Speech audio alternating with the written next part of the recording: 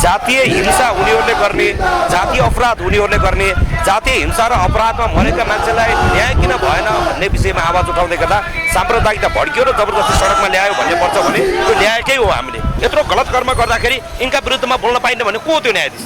त्यो अदालत भनेको कसको? मान्छेको पक्षमा फैसला हुँदैन भने, न्यायको पक्षमा फैसला हुँदैन भने, यहाँका सत्यको पक्षमा फैसला हुँदैन भने अनि न्यायाधीशलाई जे मन लाग्यो त्यही गर्न पाउँछ न्यायाधीश? त्यो छुट्छ? थप अत्याचार भएको छ र म तपाईँलाई आज के कुरा जानकारी गराउँ भने त्यो हत्या गर्ने मान्छे आवेगमा आए, आवेशमा आए, बुझेर गरे नबुझेर गरे, उनीहरूलाई केही कुरामा माफी गर्न सकिएला, मिना गर्न सकिएला, छुट दिन सकिएला, तर पढेर लेखेर बुझेर समाज अध्ययन गरेर आएको न्यायाधीशले यस्ता गलत फैसला गर्न मिल्छ? अदालतले गरेको गलत कर्मको विरुद्धमा हामीले यो कुराहरू गरेको। त्यसैले अहिले तपाईँले भनेको जस्तो हामीले यो रहर लागेर यो पानी यस्तो मौसममा यी यहाँ आमाहरू यहाँ बस्नु भएको छ, 5 दिनदेखि नखानु भएको छ, नसुत्नु भएको छ, हामी 5 दिनदेखि नखाएका छौँ, नसुतेका छौँ, रातभरि हिँडेका छौँ, दिनभरि बोलेका छौँ। अदालतले फैसला गरिसकेको विषय जबरजस्ती तपाईँले सडकमा ल्याइराख्नु भएको छ, जसरी जबरजस्ती आन्दोलनको विषय बनाइराखेको छ भनेर चाहिँ धेरैजनाले कमेन्ट गरेको पनि हामीले देख्यौँ। त्यो कमेन्टहरू पढेर आएको छु म भर्खरै। जबरजस्ती यो विषयलाई चाहिँ जबरजस्ती जातीयकरण गर्न खोज्या हो भनेर चाहिँ जातीय समुदाय भड्काउन चाहिँ हाम्रो हजुरले खोज्नु भएको हो भनेर चाहिँ तपाईँले आरोप लागिरहेको छ। यसको बारेमा तपाईँले भन्नुहुन्छ? हामीले यो घटना घरमा बसेर रचना गरेको विषय होइन, होइन। यो जातीय विभेदका घटना, जातीय विभेदका अपराधहरू हामीले घटाएको होइन। जात नमिलेकै कारण नवराजहरूको हत्या गरियो, जात नमिलेकै कारण नवराज विश्वकर्मा सहित 6 जना युवाहरूको हत्या भयो। त्यसैले अहिले तपाईँले भनेको जस्तो हामीले त जातीय विभेदबाट, जातीय हिंसाबाट मारिएका मान्छेलाई न्याय किन भएन भनेको हामीले त, होइन? यो न्याय किन भएन भनेर चाहिँ हामीले यो कुरा चाहिँ हामीले उठाएको। त्यसैले अहिले तपाईँले भनेको जस्तो चाहिँ जातीय हिंसा उनीहरूले गर्ने, जातीय अपराध उनीहरूले गर्ने, जातीय हिंसा र अपराधमा मरेका मान्छेलाई न्याय किन भएन भन्ने विषयमा आवाज उठाउँदै गर्दा साम्प्रदायिकता भड्कियो र जबरजस्ती सडकमा ल्यायो भन्ने पर्छ भने त्यो न्यायकै हो। हामीले ल्याए बापत हामीले कस्तो खालको कानुन हामीप्रति आकर्षण हुन्छ, हामीलाई कानुन लागेको हुन्छ, हामीलाई मुद्दा लागेको हुन्छ, हामी तयार छौँ।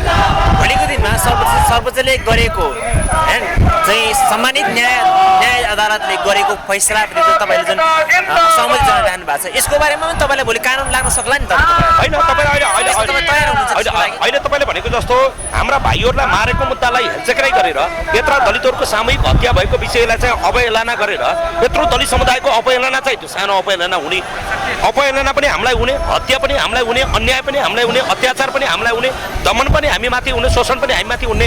अनि यसका यत्रो अपराध गर्दाखेरि, यत्रो गलत कर्म गर्दाखेरि यिनका विरुद्धमा बोल्न पाइन्न भने को त्यो न्यायाधीश? त्यो अदालत भनेको कसको?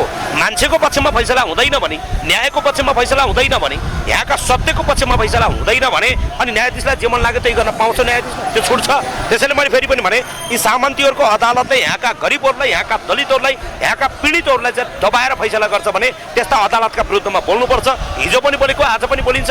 यो बापत कस्ता खालका कानुन हामीप्रति आकर्षित हुन्छ, बोले बापत कति वर्ष कति तिर्नुपर्छ, कति छिर्नुपर्छ, हामी तयार छौँ, दलितहरू तयार छौँ। न्यायालयले गरेको फैसला तपाईँहरू मानिरहनु भएको छैन। अब यो विषयको फैसला चाहिँ कसले गर्ने हो? होइन, यो विषयको फैसला मैले फेरि पनि भनेको विषय के हो भने आज तपाईँ र तपाईँका प्रिय टेलिभिजनबाट म के कुरा बताइदिउँ भने जसले 6 जना मान्छे मारे भनिएको छ, ती 24 जना मान्छेहरू, ती 24 जना मान्छेलाई छोडेर यो 2 जना न्यायाधीशलाई थुनौँ किन? 24 जनाले 6 जनालाई मारे, होइन? 24 जनाले मारेको भनेको 6 जनालाई हो, तर ती 2 जनाले मारेको भनेको 60 लाख दलितहरूलाई, 60 लाख मान्छेको सामूहिक हत्या भएको छ। उनीहरूको न्याय पाउने, उनीहरूको अधिकारको हनन भएको छ, उनीहरूमाथि थप अत्याचार भएको छ। र म तपाईँलाई आज के कुरा जानकारी गराउँ भने त्यो हत्या गर्ने मान्छे आवेगमा आए, आवेशमा आए, बुझेर गरे नबुझेर गरे, उनीहरूलाई केही कुरामा माफी गर्न सकिएला, मिना गर्न सकिएला, छुट दिन सकिएला, तर पढेर लेखेर बुझेर समाज अध्ययन गरेर आएको न्यायाधीशले यस्ता गलत फैसला गर्न मिल्छ? यत्र आमाहरू चाहिँ 9 महिना गर्भमा बगेका छोराका लास चाहिँ त्यसरी चाहिँ आँगनमा चाहिँ लासका बिस्कुट लगाइदिँदाखेरि चाहिँ यिनका न्याय पाउनु अधिकार छैन? यी मान्छे होइनन्? यिनले पाउनुपर्ने न्याय चाहिँ कसले प्रत्याभूत गर्ने हो त्यसो भए? त्यसैले हामीले कुरा के हो भने मिडिया हुन्थेन भने दलितहरूलाई न्याय हुन्थेन। त्यसैले आज हामी तपाईँ र तपाईँका प्रिय टेलिभिजनबाट संसारलाई भन्नुपर्ने विषय के हो भने हामी न्यायालय मान्छौँ। त्यो रुकुम अदालतमा हामीले फुल चढाएर पनि आएको हो, तर गलत हुन्छ यहाँका चाहिँ पीडितको विरुद्धमा फैसला हुन्छ भने यो कुरा मान्ने हुँदैन। यो बोले बापत के कानुन चाहिँ हामीबाट आकर्षित हुन्छ, हामी तयार छौँ। जस्तो कि जति बेला तपाईँ त्यो हत्यामा संलग्न भएको जति बेला आरोपीहरूले समातियो प्रहरीले अदालतसम्म उभ्यायो, त्यतिखेर तपाईँले फुल गुच्छा दिएर आउनुभयो। जसरी अदालत बहसको विषय हो, बहसको सिलसिलामा जुन तरिकाले बाहिर फैसला आयो त्यो प्रति चाहिँ तपाईँहरू मान्नु भएन। अनि अहिले चाहिँ तपाईँले जबरजस्ती यसलाई नाटक मञ्चन गरेको छ। तपाईँले अहिले भनेको जस्तो 77 जेठको 10 गते घटना भयो, देशको जेठको 12 गतेबाट हामीले जाजरकोटमा एउटा आन्दोलनको प्रारम्भ गर्यौँ। तपाईँहरूकै टेलिभिजनका साथीहरू, तपाईँकै युट्युबका साथीहरू गएर यो रिपोर्टिङ गरिदिनु भयो। तपाईँहरूले गरिदिनु भएको सत्य रिपोर्टिङको कारणले गर्दा हामीले जितेको यो मुद्दालाई पनि होइन। त्यसैले गर्दा अहिले तपाईँले भनेको जस्तो रुकुम अदालतले न्याय पीडितहरूको पक्षमा फैसला गर्यो, सत्यको पक्षमा फैसला गर्यो, त्यसकारण हामीले त्यसलाई स्वीकार्यौँ। गलत हुन्छ भने हामीले त्यसकारण हामी अदालतको विरुद्धमा यो कुरा गरेको होइन, अदालतले गरेको गलत कर्मको विरुद्धमा हामीले यो कुराहरू गरेको। त्यसरी अहिले तपाईँले भनेको जस्तो हामीले यो रहर लागेर यो पानी यस्तो मौसममा यी यहाँ आमाहरू यहाँ बस्नु भएको छ, 5 दिनदेखि नखानु भएको छ, नसुत्नु भएको छ। हामी 5 दिनदेखि नखाएका छौँ, नसुतेका छौँ, रातभरि हिँडेका छौँ, दिनभरि बोलेका छौँ। हामी यो रहर लागेर एकछिन यो बजारमा चलेको अन्य आन्दोलन जस्तो यो आन्दोलनलाई पनि त्यस नजरले र त्यो लेन्सले खिचिदिनु भयो भने हामीलाई फेरि अन्याय हुन्छ। त्यसैले दलितहरूलाई मारेको कुरा मानवाधिकार आयोगले दलित भनेर मारेको भन्ने कुरालाई प्रमाणित गरेको छ। दलित आयोगले भनेको छ, संसदीय छानबिन समितिहरूले भनेको छ, अन्य छानबिन आयोगहरूले भनेको छ, प्रहरीले भनेको छ, तपाईँको टेलिभिजनले भनेको छ, संसारले भनेको छ। अनि यो 2 जना न्यायाधीश मात्र को यिनीहरूले नदेखे? अनि यिनले दलितका विरुद्धमा चाहिँ यहाँका पीडितका विरुद्धमा चाहिँ फैसला गर्न मिल्छ? दलितहरूले गरिबहरूले चाहिँ 2 जना वकिल बहस गर्ने वकिल नपाउने, यो अपराधीहरूले 50औं वकिलहरूले लाइन लाएर कालोकोट लगाएर प्लेन चढाएर 3 स्टार होटलमा राखेर यसरी बहस गर्न पाइन्छ त? यही हो सामाजिक न्याय? यही हो त सामाजिक न्याय? वा यही हो हामीले परिकल्पना गरेको गणतन्त्र?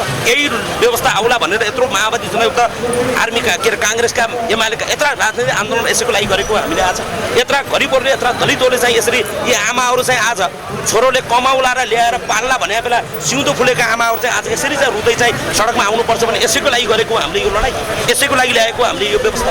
यो सामान्य चाहिँ अन्य मान्छे मारेको मुद्दा जस्तो, अन्य यो तिनकुनेमा मान्छे मरेको मुद्दा जस्तो, जनयुद्धमा मान्छे मरेको मुद्दा र दलित भनेर गाउँले उर्लेर 100औं मान्छेले मारेको कुरा एउटै कुरा हो। यो बाहिर अझै धेरै मान्छेहरू 100औं मान्छे बाहिर छुटेका छन्। ती 100औं मान्छेलाई थुन्नुको साटो परेका मान्छेलाई पनि केही छैन भने सुनपानी छर्केर पठाइदिने भन्ने हुन्छ। यही हो सामाजिक न्याय। त्यसैले अहिले तपाईँले भनेको जस्तो हामीले रिस उठेर न्यायाधीशलाई गाली गरे होइन, नबुझेर न्यायाधीशलाई गाली गरे होइन। यो विषयको ग्राउन्डमा पुगेर गहिरोमा पुगेर हामीले यो सबै विषयवस्तु अध्ययन गरिसकेपछि यिनले गरेको फैसला गलत छ भनेर अब हामी न्याय परिषदमा जान्छौँ, यिनका विरुद्धमा मुद्दा हाल्छौँ। हामी पूर्णपाठ आएपछि सर्वोच्चमा जान्छौँ, मानवाधिकार आयोगमा जान्छौँ। आजको मितिबाट यो माइती गरेर बानेश्वर अब दलितको कब्जामा हुन्छ। दलितको यो आन्दोलन अब एउटा निर्णायक आन्दोलन बन्छ। जस्तै तपाईँले अघिदेखि भनिराख्नु भएको छ साँठगाँठ र 5 स्टार होटलको 3 स्टार होटल 3 स्टार होटल बढाइदिनु भोज भत्तेले न्यायको छडी मोडियो भन्नुभएको छ। भोलि मिडियाले यो प्रमाण माया खण्डमा तपाईँ दिन सक्नुहुन्छ? मैले फेरि पनि भने अहिले मैले सार्वजनिक ठाउँबाट सार्वजनिक मञ्चमा उभिएर अदालतको गेटमा उभिएर न्यायाधीशका विरुद्धमा यिनले पैसा खाए, घुस खाए, गलत कर्म गरे, यिनले कति प्याक रक्सी खाछन् भने पनि दिन्छु म तपाईँलाई। ल म तपाईँलाई यति भन्नुहुन्छ के सितन खाथे, यिनीहरूले कतिवटा हड्डी फालेथे भन्ने पनि प्रमाण छ मसँग। यो कति बोतल खाए यिनले रक्सी भन्ने पनि थाहा छ मलाई, कहाँ बसेर खाछन् भन्ने पनि छ मलाई। त परि आयो भने देखाउँला फेरि। पैसा खाएको कुरा त माथिल्लो लेभलको कुरा भयो। यिनले कता फर्केर कति बोतल रक्सी सेतो खाथे कि रातो खाथे, प्रेसर हुनेले सेतो खाए, नहुनेले रातो रक्सी खाए, सेतो मासु खाए कि रातो मासु खाए भन्ने पनि प्रमाण छ मसँग। तपाईँ जस्तै पत्रकारिताको फिल्डबाट आएको एउटा पत्रकार हुनुको नाताले त्यो भिडियो र अडियो वा त्यो फोटो पठाउनु पर्यो भने त्यो टेबलमा हाल्दा न्यायाधीशले कता फर्केर रक्सी खाएर फैसला गरे भन्ने कुरा प्रमाण पनि हामी पेश गर्न सक्छौँ। मैले यो किन भनिरहेको छु? न्यायालयलाई जोगाउन। किन? न्यायालयप्रति जनताको आश जाग्नुपर्छ, जनता न्यायालय जोगिनुपर्छ। यो 2 जना गलत धमिलो न्यायाधीशहरूले गर्दा यत्रो न्यायालयलाई बदनाम गर्न पाइन्छ, न्यायालय ध्वस्त पार्न पाइन्छ? देशको सबैभन्दा बढी दलितहरूको बसोबास रहेको कर्णालीमा गएर हाम्रो खोलामा हाम्रो भाइहरू मार्ने, बजारमा आएर हाम्रा विरुद्धमा फैसला गर्ने, अनि यिनले चाहिँ यो कुरालाई मान्नुपर्छ। केही कुरा खोल्दै गर्दा खबर सुनाएर अराजक भयो, गेटमाथि चढ्यो, न्यायाधीशलाई गाली गर्यो, लात्ता ल्याएन, यिनलाई लात्ता हान्ने, यिनलाई गोली हान्नु पर्थ्यो। यिनलाई हाम्रा 6 जना भाइहरू मारेर भेरीमा बगाउँदै गर्दा हामीले एउटा ढुङ्गा कसैको घरमा हानेका छौँ। तपाईँले हाम्रा भिडियो 10औँबाट खोल्नु भएको छ, खिच्नु भएको छ। हामी योभन्दा पहिला 45 दिनमा हातखुट्टामा नेल लगाएर माइतीघर मण्डलामा बसेको छु। हामीले कुनै दिन एउटा ढुङ्गा हानेका छौँ प्रहरीका विरुद्धमा? कुनै दिन हामीले यहाँका गैर दलितलाई गाली गरेका छौँ? यहाँका गैर दलितलाई लहर्नुपर्छ भनेका छौँ हामीले? कसैको घाँटी काट्नुपर्छ भनेका छौँ हामीले? यहाँ ठकुरीको छोरो पनि मरेको छ, गोविन्द साईको आमा यहाँ आउनुहुन्छ। गणेश बुढा मगरको छोरो मरेको छ। के कारणले? गोविन्द साईको आमा ठकुरीको आमा के भन्दै हुनुहुन्छ? जातीय विभेदको कारणले दलित भएर मारेका छन्, त्यो घानमा मिसिएर मारेको छ त। अनि संसारले बुझेको कुरालाई यो एउटा सामाजिक बहसको विषय होइन। दलितलाई मार्ने कि नमार्ने भन्ने पनि छलफलको विषय हो, दलितलाई बलात्कार गर्ने कि नगर्ने भन्ने पनि छलफलको विषय। त्यसैले अहिले तपाईँले भनेको जस्तो मिल्छ भने मैले गल्ती गरेकै हो, मैले अदालतमा हानेकै हो, मैले लात्ताले हानेकै हो, न्यायाधीशका विरुद्धमा नाराबाजी गरेकै हो, यहाँका वकिलका विरुद्धमा दलालहरूको विरुद्धमा नाराबाजी गरेकै हो, यो सोमकान्त मैनाली, मातृका भण्डारी र मलाई तिनवटा हतघडी सँगै लाएर एउटै खोरमा राखे हुन्छ किन मैले फेरि पनि राख्नु पर्यो। मैले फेरि पनि भने मैले पनि गरेको, तर मैले भन्दा ठुलो अपराध यिनले गरेका छन्। यी मैले भन्दा ठुलो अपराध यिनले गरेका छन्। 24 जना मान्छेले 6 जना मान्छे मारेका छन्, तर यी 2 जना मान्छेले 60 लाख दलित मारेका छन्। त्यसैले मैले फेरि भने तिनवटा हतकडी ल्याउने, सोमकान्त मैनालीलाई, मातृका भण्डारीलाई र खगेन्द्र सुनालाई हतकडी ल्याउने, एउटै कोठामा पढाउने, यिनलाई म कस्टडीभित्र राखेर यिनलाई म कानुन पढाउँछु, यिनलाई पढाउँछु म कानुन। के हो कानुन, के हो सामाजिक न्याय, न्याय निरूपणका सिद्धान्तहरू के हुन्छ म यिनलाई पढाउन चाहन्छु। कसरी न्याय निरूपण गर्नुपर्छ, कसरी फैसला गर्नुपर्छ यिनलाई सिकाउन चाहन्छु म, यिनलाई पढाउन चाहन्छु म। त्यसैले मिल्छ भने यी दुईटालाई पनि उठाउने, मलाई पनि उठाउने र आजै मुद्दा चलाएर कस्टडीमा हाल्ने वा जेलमा हाल्ने, यिनलाई त्यहाँभित्र पढाउन जरुरी छ। यस्ता मान्छेले भोलि मान्छे मार्नेहरूको मनोबल बढाइरहेछ सर। मान्छे मार्नेर केही फरक नपर्दो रहेछ। अब पल्लो वर्ष छुटेर आउँछन् यिनीहरू, अहिले चाहिँ 2 वर्ष अगाडि मान्छे मारेका छन्, 4 वर्षमा छुटेर आउँछन् भने यिनीहरूको मनोबल बढ्दै जान्छ। यसले समाज अझै भड्किन्छ। मान्छेहरूले हामीलाई साम्प्रदायिकता भड्काए भनेका छन्, यी न्यायाधीशहरूले साम्प्रदायिकता भड्काएका छन्, समाजमा जातीय आगो लगाउने त्यो झोस्ने तयारी गरिरहेका छन्। त्यसैले हामीले अहिलेसम्म पनि संयम भएर गेटमा हानेर मात्र फर्केका छौँ। अहिले गेटमा हानेका छौँ, भोलि बेटमा गएर हान्नुपर्ने अवस्था आउन सक्छ। गेटबाट बेटमा दलितहरू पुग्ने पर्ने अवस्था आउन सक्छ। आमाहरू आजै आइसक्नु भएको छ। आजैबाट हामी माइतीघरको मण्डलमा हाम्रो धरना सुरु हुन्छ। यिनलाई पदबाट बर्खास्त गरेर छानबिन गरेर कारबाही नगर्ने हो भने यिनले खाएका रक्सीहरू, यिनले खाएका घुसहरू यिनीहरूलाई नवाकाउने बेलासम्म यो आन्दोलन जारी रहन्छ। भनेपछि यो आन्दोलन दलितको मात्रै नभएर जो सच्चा न्याय चाहिँ निष्पक्ष दिइरहनु भएको छ वा न्यायाधीशहरूको आन्दोलन हो। त्यसो भए पक्कै पनि होइन त यो यहाँको न्यायालयलाई शुद्धिकरण गर्ने आन्दोलन हो, यहाँको वकालती पेसालाई शुद्धिकरण गर्ने आन्दोलन हो, यहाँको वकालतका कुरा न्यायालयप्रति जनताको आम विश्वास भरोसाहरू जगाउने आन्दोलन हो। यो अराजकहरूले गरेको आन्दोलन होइन सर। एउटा पत्रकारिताबाट आएको एउटा पत्रकारले गरेको आन्दोलन हो, पीडाबाट आएका पीडितहरूले गरेको आन्दोलन हो, बुझेर पढेर आएका नयाँ युवाहरूले गरेको आन्दोलन हो। हामीले कसैलाई भड्काउन भनेका छैनौँ। हामीले जाँड खाएर कुनै गलत तरिकाको कसैको नियतवश गरेको आन्दोलन, रचना गरेर कसैलाई फसाउन गरेको आन्दोलन होइन। 6 जना भाइहरू मारेको कुरा गलत हो, 6 जना मारेको कुरा चाहिँ सत्य हो भन्ने, अनि त्यसको कारण चाहिँ जहरिया कारण चाहिँ यो होइन भनेर नामित गर्ने प्रक्रिया के हो? 6 जना मान्छे मारेर त्यो न्यायाधीशले मात्र देखाएको छ। डाक्टरले भने त मऱ्यो भनिसक्यो, न्यायाधीश चिन्ता यो मान्छे आगो लागिसकेको मान्छेलाई मऱ्यो भनेर त्यत्रो न्यायाधीश चाहिन्छ होइन। त्यसैले गर्दा के हो भने बरु ती मान्छे मार्ने हत्यारालाई छुट दिन सकिन्छ, बुझेर गरे नबुझेर गरे, तर यी न्यायाधीशलाई छुट दिन सकिन्न। अब आजबाट सुरुवात हुन्छ न्यायालयप्रति विश्वास जगाउने। अब हामीलाई तिनी राखेर छोडो मतलब छैन।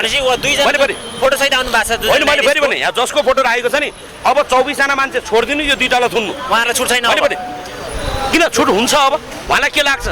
अब फर्केर फेरि यही दलितको गाउँमा उहाँहरू बसेका गाउँमा पनि त बुझ्छु। म तपाईँलाई आज एउटा अर्को कुरा पनि भनिदिन्छु। यो 2 जना न्यायाधीश यति बदमास न्यायाधीश भने यिनीहरूले यसो कुण्डली पत्ता लाए, कहाँबाट आएका रहेछन् भने यो मातृका भण्डारी भन्ने मान्छे, यो अछामको मान्छे, यसको बाले त्यहाँका दलितहरूलाई झुटुङ मुद्दामा 10औँ दलितहरू थुनिया रहेछ कि। त्यहाँका मान्छेहरूले मलाई यसो फोन गरेर त्यसको बा नै त्यति सामन्ती त्यसो छोरो यो भने यो सोमकान्त मैनाली भन्ने बुटोलबाट लखटिएर गएको न्यायाधीश रहेछ। यो मान्छेले गरेको प्रत्येक फैसला त्रुटिपूर्ण छ। फर्काएर हेर्नुहोस् पत्रकार साथीहरू, मैले अहिले तपाईँलाई थोरै यो कुञ्जी मात्रै, थोरै चाबी मात्रै निकालिदिएको छु। यो मान्छेले गरेको प्रत्येक फैसलाहरू गलत छ। यो मान्छेलाई तुलसीपुर उच्च अदालतबाट काजमा सरुवा गरेर लगेर यही मुद्दाको लागि 7 दिनलाई सुर्खेतमा राखिएको छ।